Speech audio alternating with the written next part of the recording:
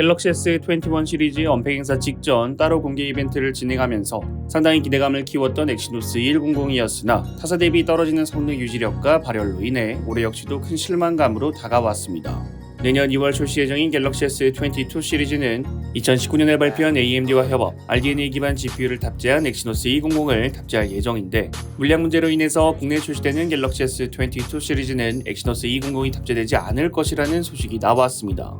엑시노스 200이 아니라면 당연히 퀄컴의 스냅드래곤 8gen1인데 공개된 스냅드래곤 8gen1에 대한 특성으론 AI 성능과 그래픽 성능에선 개선을 이루어냈으나 그만큼 전력 소모도 크게 늘어났다고 알려졌습니다. 그러면 스냅드래곤 8gen1이 탑재된 갤럭시 S22보다 엑시노스 200을 탑재한 갤럭시 S22가 더 쾌적한 사용 환경을 가진 게 아닌가 걱정이 되는데 선녀로 보일 수 있는 소식이 나왔습니다.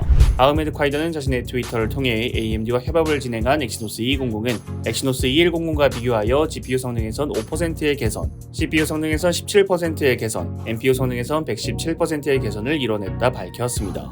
단순 루머이기 때문에 실제 제품에도 이 정도의 개선폭을 이루어낼진 모릅니다. 하지만 이 수치가 실제 수치와 동일하다면 상당히 실망스럽습니다. CPU 성능이야 암 레퍼런스 코드를 사용한 다른 안드로이드 AP들도 큰 개선폭을 가지지 못했기 때문에 그렇다 쳐도 항상 엑시노스의 문제점으로 꼽혔던 만리에서 벗어나기 위한 AMD와의 협업인데 17%는 의미가 사라지지 않나. 심지어 디멘시티 9000에 탑재된 만리 G710이 괜찮은 그래픽 성능을 보여주기 때문에 더욱더 비교가 됩니다.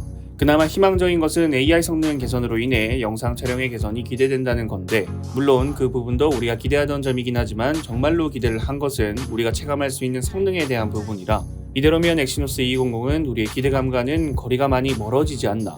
최근 긱벤치 브라우저에 등록된 엑시노스 200의 점수가 갤럭시 S21 엑시노스 2100의 점수보다 떨어지는 점수가 허다했습니다. 절전 모드를 통한 점수이기 때문에 그렇지 않은 걸까 싶긴 했지만 그 점수대만 계속 등록이 되고 있어 불안감이 증폭됩니다.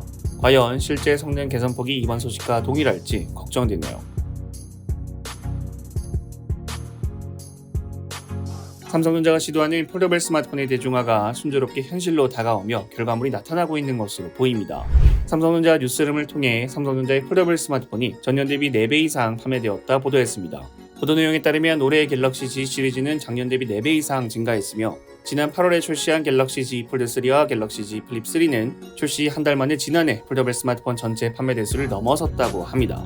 이번 삼성전자 3세대 폴더블 스마트폰의 흥행 원인은 여러 가지를 꼽을 수 있는데 그중 대표적인 것들이 방수와 UTG와 같은 내구성 증가, 갤럭시 Z 폴드 3의 S펜, 갤럭시 Z 플립 3의 디자인 정도에 가장 큰 원인은 역시나 접근성이 높아진 가격일 겁니다.